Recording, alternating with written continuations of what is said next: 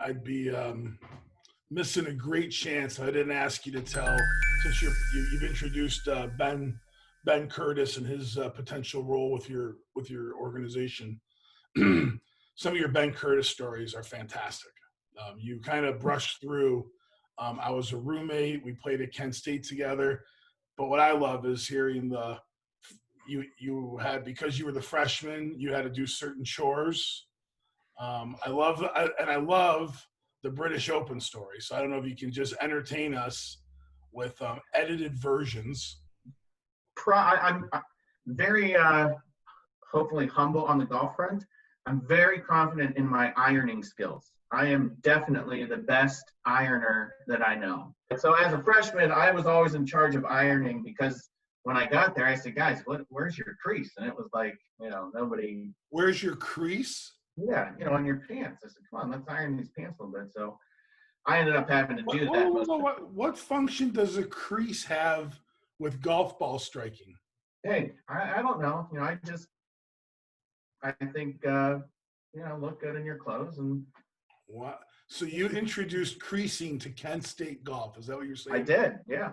I went and got my pants hemmed so they fit the right way, and had my, then I would wash them. And that was back when everybody wore pleats. So then it was even harder to iron back then, because you had the pleat or the double pleat on top, and you had to get the iron just right, and then get the crease from the pleat all the way down to match. But yeah, that was part of my job. And then when we would travel, the freshmen usually had to carry the most luggage through the airport. So, but looking back on it, that was, I'd do it all again in a heartbeat. Ben was probably my closest friend. He was a senior when I was a freshman, and for some reason we just hit it off. So everyone knew at that point Ben was going to play professional golf. Not to make it too long-winded, but in college golf, you play mostly in tournaments, right? So the higher ranked you are, the bigger tournaments you get invited to. Well, Kent State, my freshman year, we got as highly ranked, I think, as 6th in the nation. So we ended up getting invited to all the big tournaments. So we're playing every week against Georgia Tech with Matt Kuchar, and Oklahoma State with Charles Howe III was the leader there, and Clemson with Lucas Glover, Jonathan Bird. Northwestern had Luke Donald. So they're pretty much your top 10 every week. So at that point who the best golfers are. There's kind of a separation even at that level. And Ben was always one of the guys that we knew was going to play professional golf. It took him a while to get out there. So he didn't get his card till his 3rd try. So 2003, he's a rookie. Not in all the tournaments, not in any majors. He's getting married in August, right? So he's still living in Kent. We're still buddies. My wife, he's calling me in June. Hey, can Beth take Candace dress shopping over there? She's still looking for a wedding dress. Maybe it was before June, but it was that year. So the Western Open, Ben makes the cut and has a good weekend, and he ends up finishing 8th, right, in the PGA Tour event. And at that time, the top 4 people from that tournament, not in next week's British Open, qualified for the British Open. Was there anything on the radar that said Ben was going to be a top 10 player at the Western Open? No. It's his rookie year. He's getting his feet wet. Never played the courses. Has never really traveled to this level professionally. Is he fitting that normal story you hear of the guy living out of his trunk, showing up on Mondays, hoping to get in, last alternate, John Daly? Yeah, pretty much. Right, correct. Gets into Western, makes the cut, finishes top 10, completely off the radar. None of you guys are even thinking about it. Right, qualifies for the British Open. Never played over there. Now, I will say, Ben was always an exceptional player when par meant something, right? He could go low, but like Charles Howe, he would shoot 63s all the time. Ben, when the golf courses were tough, he didn't hit it that long. He didn't, but he was he had an exceptionally straight ball flight. So when the courses are tough, he could make par as well as anybody. So we always knew that he would be good on hard courses. Know nothing about the course they're going to play at the British Open. Goes over there. Can you back up a second? I'm sorry to cut you off.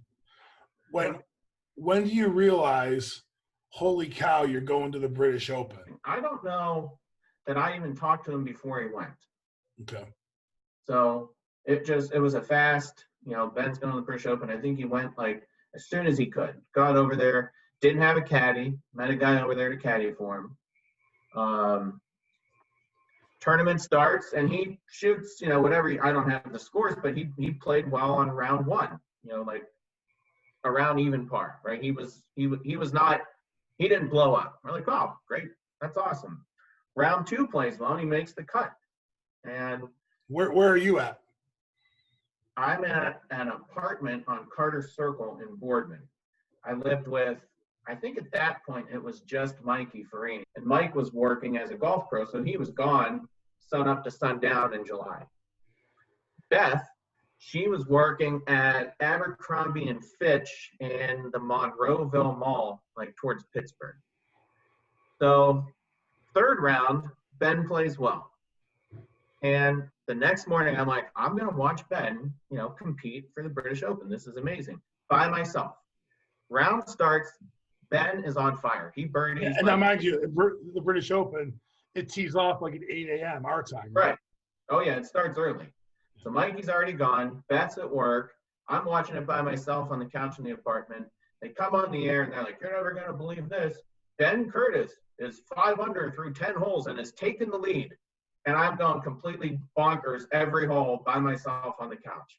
He birdies 10. He birdies another one, either 11 or 12, the par 3. And he's got like a 3-shot lead in the British Open. I'm calling everybody I can. Nobody's answering the phone. I'm calling the store, the hard phone at Abercrombie, getting Beth on the phone. Like, Ben is winning the British Open. She's like, you have to stop calling the store. Like, I can't take phone calls. Like, Ben's going to win the British Open. She's like, oh, come on, this is crazy. So then, not to recap the whole tournament, but he ends up making a few bogeys. Thomas Bjorn takes the lead. And it looks like even Curtis Strange says on the air, well, he's not going to win, but he should be very proud of the tournament that he had. He says that when Ben's walking up the green on 18. Thomas Bjorn has a 2-shot lead. He hits it into the bunker on 15 or 16. And it takes him 3 to get out of the bunker. He hits it up on the green, it rolls back down. Up on the green, rolls back down. He ends up making double. Ben makes about a 12-footer for par on 18 to post 1 under. And if you watch the finish of the tournament, if you want to watch an exciting finish, go watch the end of that tournament. Because it was Davis Love, Vijay Singh, Thomas Bjorn, Tiger Woods. They were all like 1 under with 4 holes to play. And they all made a bogey coming in. Ben Curtis wins the British Open by 1 shot.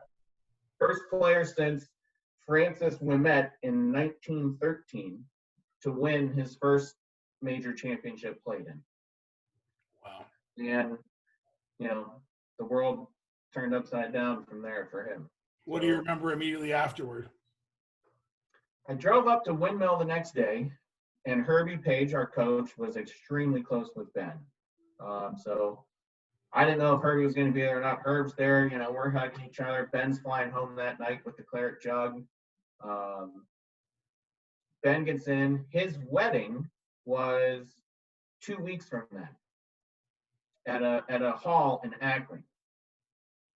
So, he's got a million PR things when he gets home. He goes to New York. He's on the Letterman show, which is still one of the funniest. I can't find the clip, but he was hitting golf balls from one building to another building. He had a little mishap and said Tiger Woods had an aroma to him instead of an aura, and didn't realize he said it. And at the end of the thing, Letterman says, so Ben, what does Tiger smell like? And he didn't realize what he said. But, so he's gone all over the country doing some PR stuff. He's got the claret jug.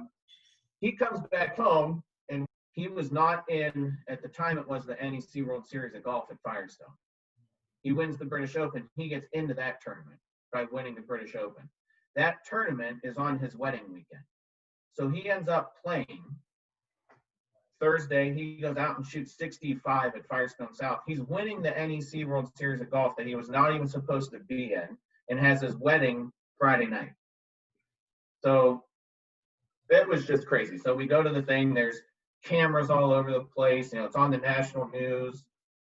We have his wedding Friday night or Saturday night. He ends up, coming in like top whatever at the tournament. That So was you kind of actually crazy. So you actually played What's- all 4 days of that tournament? Yeah, played all 4 days. The morning after the wedding, he went and played in the NEC World Series of Golf. And he's never changed. He just same down to earth. Loves talking about golf to a degree, passionate about junior golf, but he won't. If you asked him, talk about himself, he'd be hard pressed to get him to talk for more than 5 minutes. Well, that's why he's glad to have guys like you telling these great stories. I definitely appreciate hearing it. I smile every time. Yeah, no, it's a fun. I'll never forget watching it. Calling my girlfriend, now wife, Ben's gonna win the British Open. Please stop calling Abercrombie and Fitch.